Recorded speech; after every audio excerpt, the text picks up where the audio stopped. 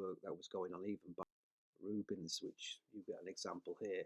But he was one of the more classicist type painters who introduced landscape as a more prominent subject than perhaps the figures, as you see on the left hand side, which is a painting by William Etty called The Triumph of Cleopatra. Moving on. This progress is then through to proper landscape painting. A much unknown artist in many, many ways is the Welsh artist called Richard Wilson. And he really just went for landscape in a big way, as you can see, and the figures are so small and tiny as you wouldn't really notice them. Then, of course, we have the immortal Turner, who he, alongside his great friend Gerting, started doing real serious landscapes. Gerting was a really fabulous painter, but it was also Alexander Cozins who really brought landscape painting right back into it. On the right hand side here you'll see a painting by Thomas Gertings. He died very young, unfortunately, and Turner was very, very upset about that. He did actually say that if Gerting would have lived, he would have starved, because he regarded him as a far better painter than himself, which is quite interesting. Alexander Cozins did what they call blob paintings, and this was automation. He believed in just inventing landscapes. So the landscapes he created by blobs were then transposed into imaginary landscapes on full scale, as you can see there. And we go through here, we go through Constable and Monet in the history section. And now we do a feature on a gallery in Scotland called Resipol.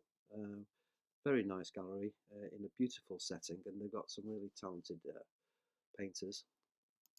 We've actually featured them. You can see here a couple of their interior shots of their gallery.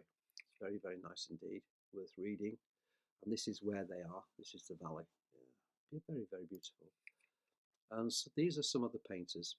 Andrew Sinclair. Andrew is actually the founder of the gallery, of Resipol Gallery. So he's a painter and an artist, which I'm really happy to see a painter and a founder of an art gallery that is incredibly successful.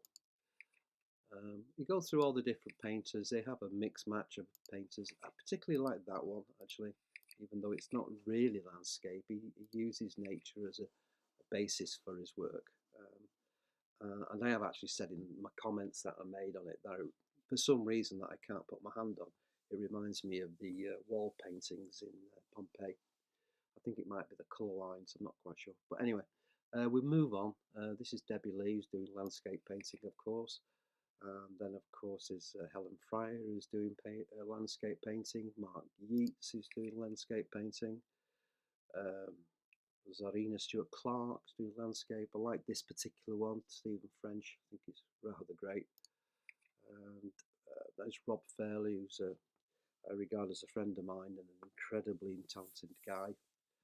We did a thing on him in the last issue, if you read it, and if you didn't, you should go back and read it, which, by the way, is now free online. So if you go to painterstubes.com, you can read it free online, so you don't have to pay any money, which I'm sure comes a great relief to many painters.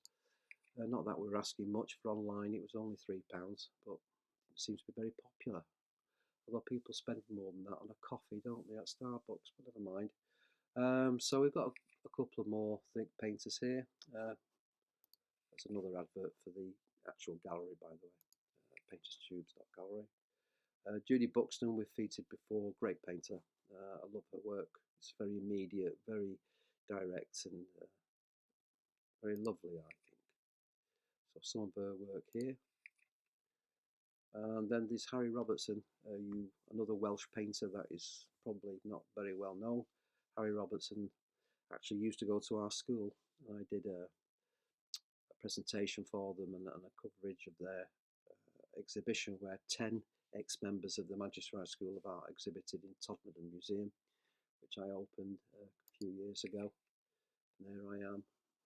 opening the show. This is another one of Harry's, I think is fantastic realism. I mean, absolutely just beautiful. This is a painter that many of you will not know. This is Eric Hardstead. He's a painter who does all these wonderful watercolours. He's represented by Nordic Art Agency in Malmö, who I know quite well as well. And hopefully he's doing all right. So that's about the end. This is another one, which is another issue. This is issue number 5. And again, as I say, as of from March 23, which is today's date, Sunday, March 23, they're free online. So no excuse not to go and have a look. So that's it from me. I'll leave you with this painting, which is by the Finnish artist, and you can read all about that at another point in time when we do the landscape feature again, which will be sometimes towards September.